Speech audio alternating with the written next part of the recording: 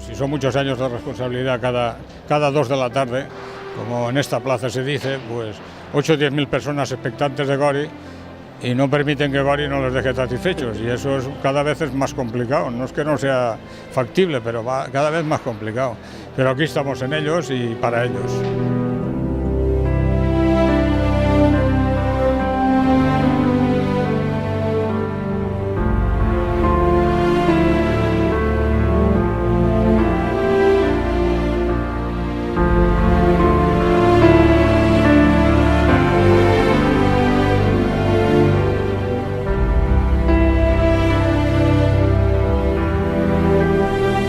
Un reconocimiento a ellos y al agradecimiento de las buenas ocasiones que hemos tenido de compartir momentos agradables juntos, y espero que desde arriba ellos pues me den el ánimo y pueda salir todo bien.